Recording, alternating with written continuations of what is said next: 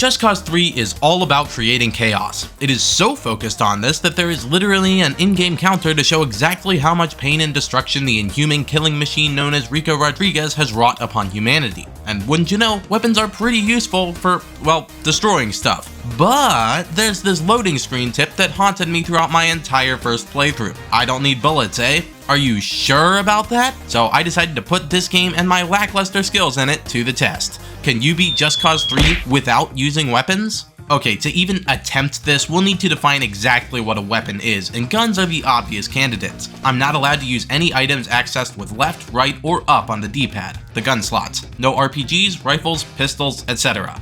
These aren't the only weapons in the game though. Throwing a grenade or detonating a sticky bomb, which we're given an endless supply of, also counts as using a weapon. Lastly, many vehicles are equipped with guns or cannons, and firing these counts as a weapon use. There are a couple special cases that we'll run into over the course of the game, but I'll sort those out when we get there. The goal is to beat all 25 story missions and watch the credits roll without using any of the weapons I've just outlined. But there's no way to beat this game without destroying stuff, so before I start, let's review why this might even be possible. Without weapons, we have 3 ways of dealing damage. First is the basic melee attack. It's clunky, it doesn't deal much damage, but it works at a pinch and it'll bail us out of a few tricky situations over the course of the run. Second, while we can't use vehicle weapons, we can still drive vehicles, and crashing into things with them is definitely fair game.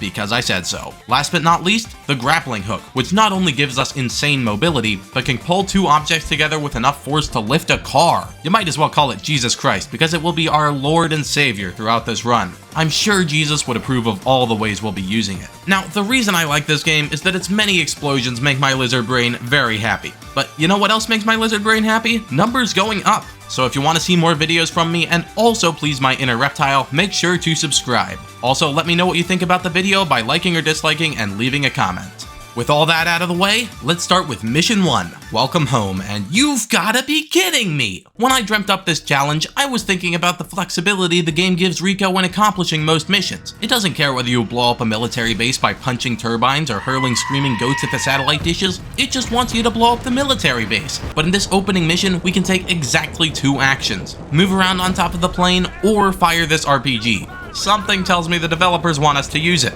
We can't parachute off, use our grappling hook, or take control of the plane, all of which we would be able to do if this opening sequence wasn't heavily scripted idiocy. The game wants us to shoot 3 different missile launchers, and if we don't destroy them, they'll destroy the plane and we will fail.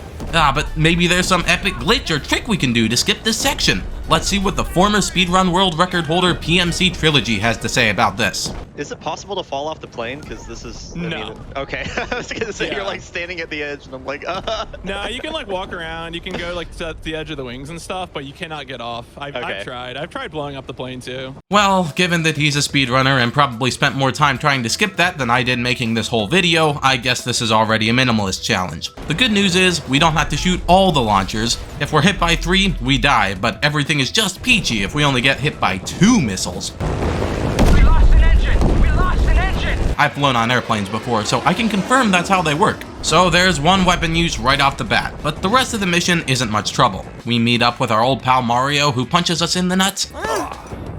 You still don't cover yourself. You must always cover yourself.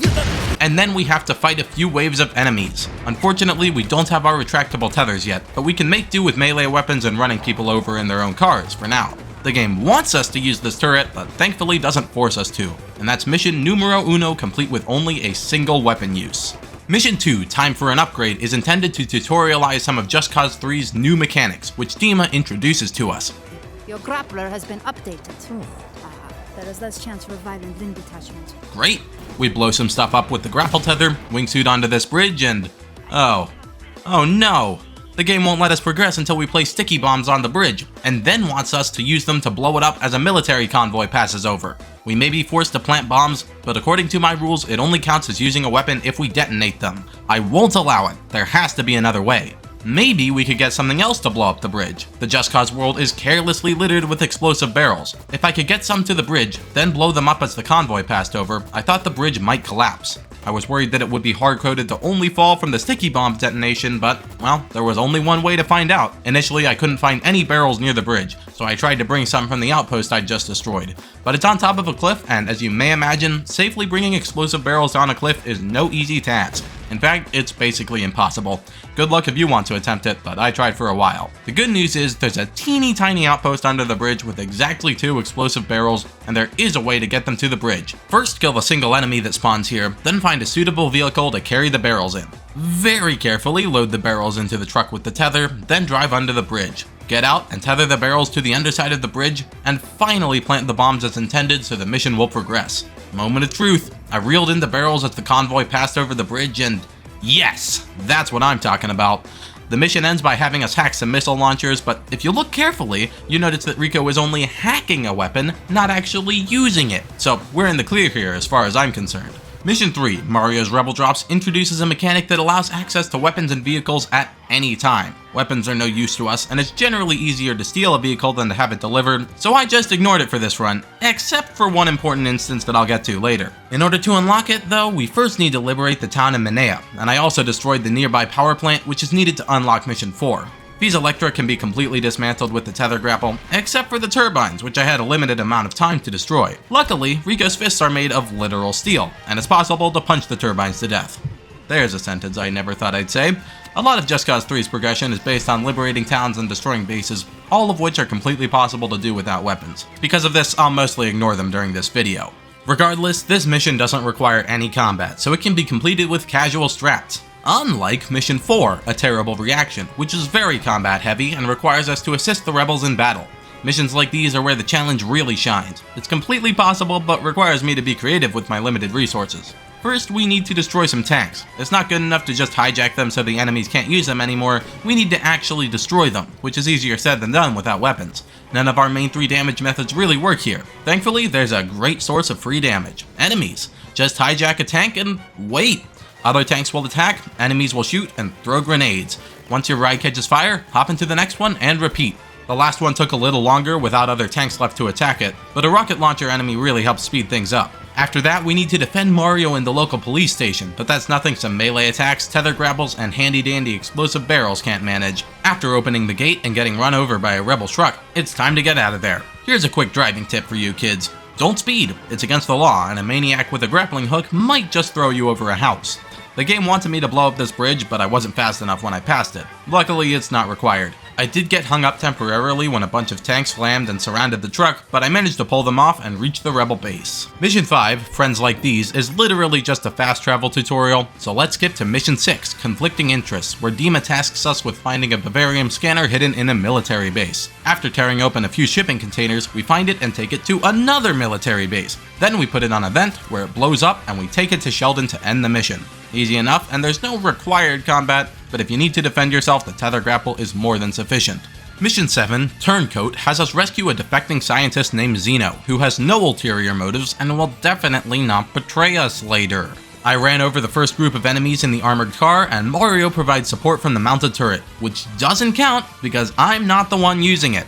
The following car/helicopter chase presents a bit more of a challenge. On my first attempt, I failed to hack the missile launcher quickly, leading to Zeno's helicopter taking way too much damage. The checkpoint system is incredibly generous though, and started me past that obstacle on retry. Tethering enemy vehicles to the ground and each other works well enough to slow them down and reach the safe house, finishing the mission. In Mission 8, Missile Cowboy, Rico Rodriguez rides a nuclear missile made of Bavarium. It's badass and breaks the laws of physics. Now that I think about it, that sentence basically describes this whole game.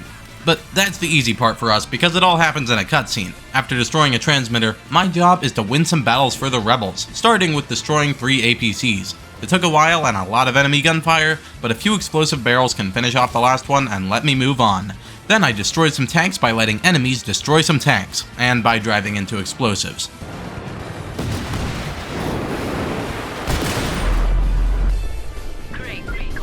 Next on the chopping block is some helicopters, but those are always easily taken care of by tethering them to the ground or a building. Only after that do the titular shenanigans ensue, and after grappling onto the missile, the mission is over. The most important thing that happens in Mission 9, of Cows and Wine, is that Rico kisses a cow at the behest of Murio, and then unfriends him. I'm aware that sentence made absolutely no sense, but I swear it's exactly what happens.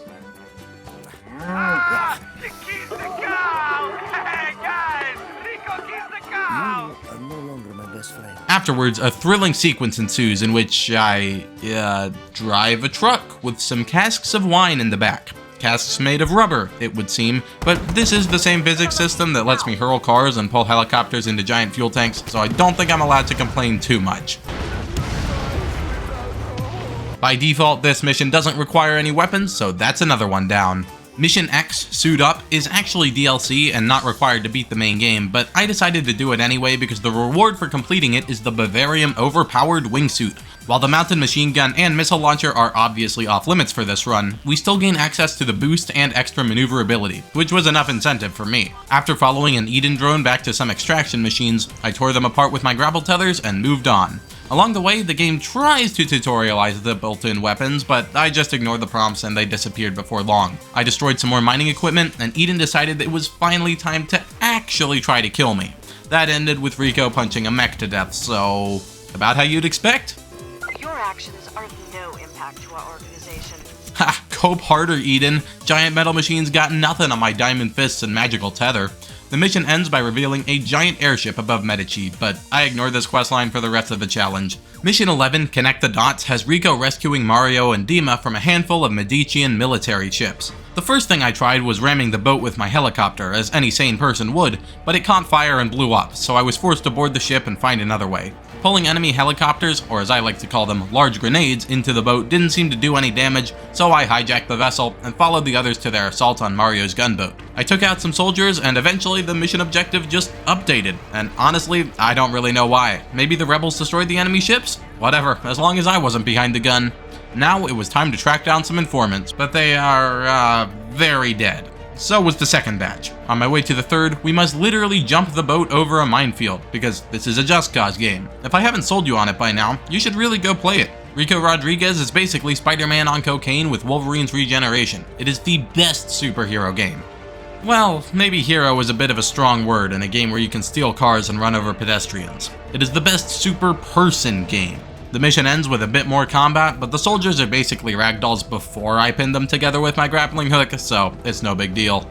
Mission 12, An Act of Piracy, shows us that not even a magical Bavarium super tank is beyond Rico's powers of theft, and once I got inside, I was more or less invincible. I couldn't fire at enemy vehicles, but I could still run them over, and those explosions are just as satisfying. The hardest part for me was actually driving the tank onto the boat at the end, because it decided to pull away right as I was boarding. Let's just not talk about this other time. Mission 13, Three's Company, is definitely the hardest mission so far. It begins normally enough, providing Rico with a sniper rifle to take out the enemies, but of course, stealth is optional in this game. I dropped a car from a roof, then hijacked a helicopter to run over some people. Part 2 at the Bavarium refinery also isn't too bad, and instead of providing cover at a distance with the rifle, I continued to get up close and personal. Right before that, Annika tells us to destroy the control box in order to raise the gate, and my grapple works fine for that. I can see the smug look on your face from here. Well duh, of course you can. I'm right outside your car window. But when does Rico not look smug? After escorting Annika and Tio to a helicopter, things get interesting. And by interesting, I mean stupidly difficult, because you're meant to defend the chopper. But hey, I can just drop off, take care of the enemies, and move on afterward, right? Nope, because Tio is an idiot and apparently doesn't know that Rico has the power of flight to catch back up, even though Annika mentioned it earlier in the mission. Hey, not everyone can fly, okay? So he'll hang around to get peppered by gunfire and RPGs as I take out the enemies. My only real option is to defend the helicopter while hanging onto it, which is definitely a job for bullets. I'm also completely exposed without much way to fight back, putting Rico at a serious risk of lead poisoning. Temporarily leaving to regenerate results in the chopper taking massive damage. Grapple tethers can work, but they're time consuming to set up, hard to aim at this distance, and I only have access to 2 at once. After failing here a few times due to these reasons, I decided to temporarily pivot my objective and blow off steam by liberating some oil rigs and military bases, which I would have to do anyway to unlock future story missions. This giant satellite dish in Espiabasa threw me for a loop because it's too large to pull apart with tethers, and even after running out of explosive barrels to ram it with, the dish still hadn't been destroyed. Luckily, it's located partially underground, and there's a road directly above it, so I borrowed a civilian's car and drove it into the dish.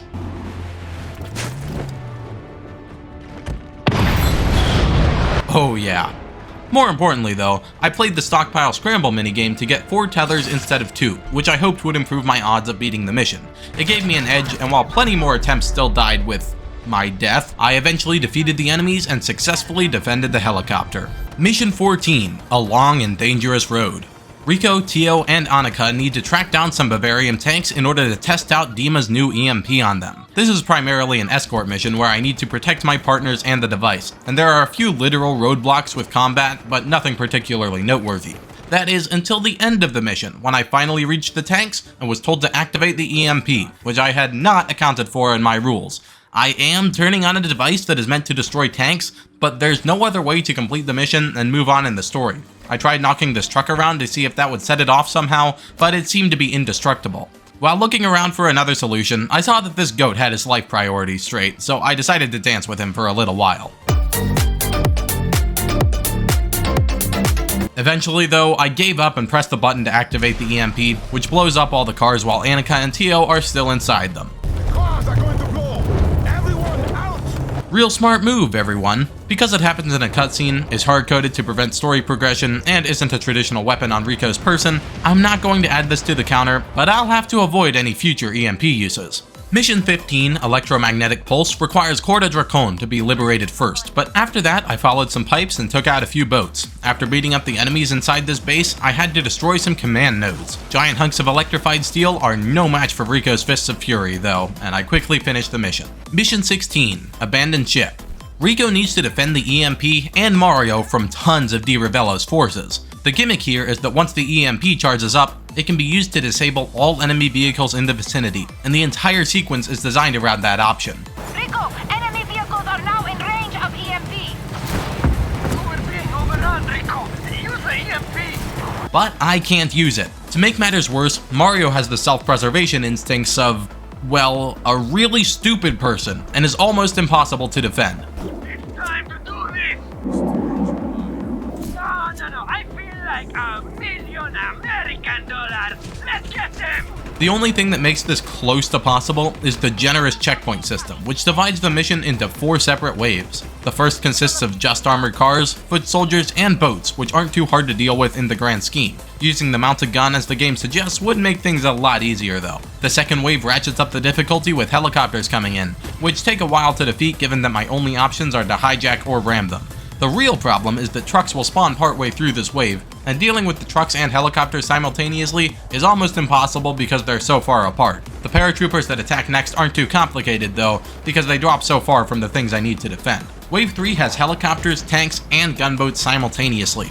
First, I dealt with the tanks by hijacking them, removing a major threat. Then I drew helicopter fire away from the EMP, hijacked one of them, and tried to use it to ram others, but it blew up almost immediately. I took control of the last helicopter and used it to defeat the last boat, then took out the last soldier with my grapple. The final wave begins with 8 paratroopers being dropped directly above the EMP, but if you're ready for it, you can go to the top of the shipwreck and pull them off their parachutes with the grapple. Remember, it's not the fall that kills you, it's the psychopathic rope-wielding maniac who caused you to fall in the first place. After that, battleships and helicopters approach from the sea, while Bavarium tanks come from the land. I took out as many choppers and boats as I could before the tanks were close enough to deal significant damage, after which I hijacked them, which is the only way to defeat them without the EMP. I used the tank to run over some cars and hijacked a boat for the last kill. Then Annika comes in and the mission ends soon after.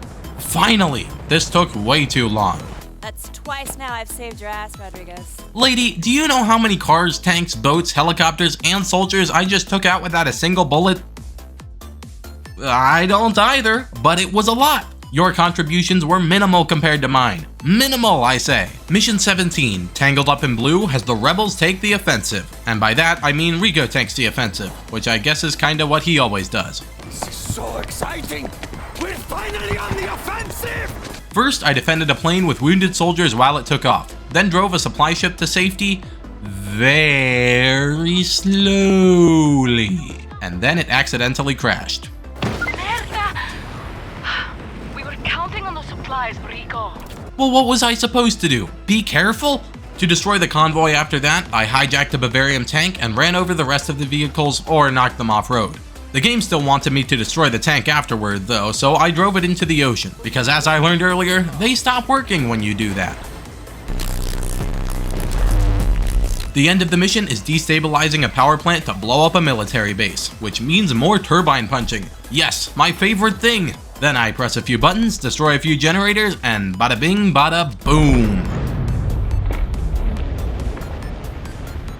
Mission 18, Rico and the Rose. Now we need to rescue the Twitch streamer that Mario simps for.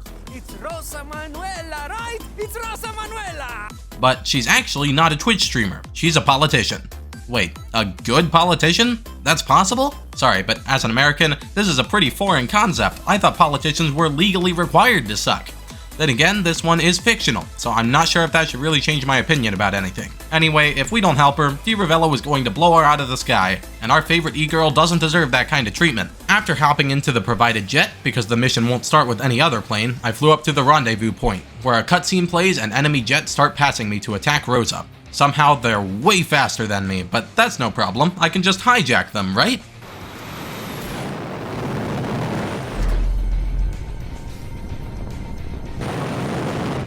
Why is this timer? What use could it possibly serve? Why am I required to stay in the crappy rebel jet? Maybe I could just tether the planes together and get dragged along? No. We'd come so far with only the one initial weapon use. Come on, the streak can't end here. I needed to find some way of making this mission possible without firing the plane's weapons, and I had a few ideas. First, I tried to get some plane upgrades to go faster, but unfortunately, those don't apply to planes found in the world or missions, only ones supplied via Rebel Drop. Then I tried upgrading my tether strength with the scramble minigames, but that still wasn't enough to hold the jets together. Oh well, I'm out of ideas. Time to figure out what the minimum number of weapons to beat this mission is. First, I tried using the jet's machine gun, because if I could hold down the button and defeat all the enemies, it would only count as one weapon use. But the targets are so small and fast that I found it impossible to actually deal any damage. Homing missiles it is, but what's the minimum number? Do I actually have to defeat every plane? I worked my way up starting with one missile to see if it was possible to reach Rosa's plane in time. 1, 2, 3, 4, 5... Hey, I got really close that time. Close enough to jump onto the plane, which it turns out is all that's necessary to trigger the checkpoint. Time to fly this plane to safety... No.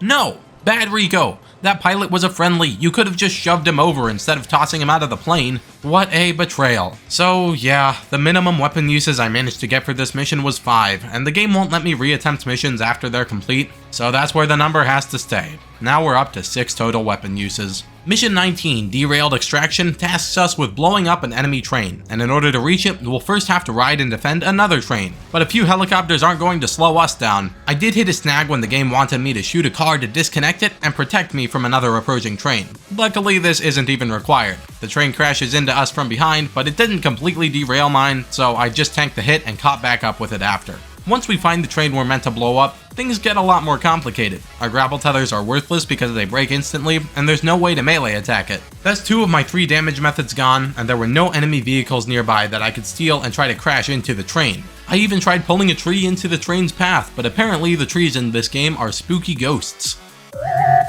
I thought I was completely screwed until I remembered a mechanic that I neglected for the entire run up until now. The Rebel Drop app gives us access to weapons and vehicles at any time, even in the middle of missions. Whatever you want will just be dropped from the sky. So I chose a large truck, chucked the beacon in front of the train, and crossed all 9 in my non-dislocated fingers. Let's go! Apparently running into a giant truck will deal pretty significant damage to a train. Who could have guessed? Mission 20, The Great Escape. Annika and Tio want help rescuing their friends from an underground prison. Technically, combat isn't required for most of it, but it might as well be since you're getting shot at from every direction. Push a couple buttons and hack the door open, then do exactly the same thing in the next area. The end of the gauntlet requires us to blow up 2 generators, which is easily possible with the grappling hook. But these enemies are a pain, so I suggest camping up in the corner to avoid gunfire and picking them off one by one. With that, we return to the surface, where the mission ends with some light combat to rescue Annika and Tio. Easy enough. Mission 21, Bavarium on a Plane, has Rico defend a giant plane with dangerous Bavarium cargo. And if the stakes weren't high enough, Sheldon and Dima are on here at the same time. After driving onto the plane as it takes off, I hijack it with some grapples. That's the easy part. The hard part is dealing with all the fighter jets that are immediately sent after us to destroy the plane. I can't tether them to each other, but hijacking works just as well to remove them from the fray. Just make sure the plane doesn't leave you behind, because it'll be impossible to catch back up.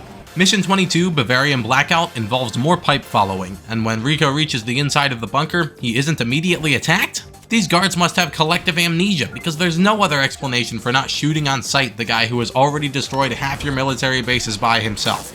The only thing needed here is punching a few more generators to death, then gracefully exiting the cave to complete the mission. Mission 23, the Watcher on the Wall, needs Rico to defend Rebel cargo from multiple waves of Derailed military forces. It's a lot of helicopters and armored cars, but they might as well be made of paper mache for how well they can resist being smashed into the ground, and each other. In the second wave, the helicopters are too far away from the ground, so I repeatedly hijacked them and tossed the many pilots to their respective dooms. One of them survived, somehow. He didn't last much longer though. The final wave has fighter jets, but I also hijacked those, and then I finished off the ground forces with tethers and melee attacks. This ends by destroying Xeno's escaping helicopter. Oh yeah, did I mention he betrayed us? He betrayed us. And now he is dead. Like a terrible reaction, Missile Cowboy, and Tangled Up in Blue, Mission 24, Shatterer of Worlds, involves single-handedly turning the tide of battle in the Rebellion's favor. I meleeed and tethered the snipers at the beginning, then ran over some soldiers in a tank. The final battle requires neutralizing circling fighter jets without homing missiles, which left me exactly one option: hijacking the jets and tossing out the pilots. Even my Bavarium wingsuit can't fly faster than a jet though, so I needed to be patient and position myself properly to intercept them with my grappling hook. Patience is not Rico's strong suit, but once I managed to capture one, I was rewarded with the opportunity to crash directly into another.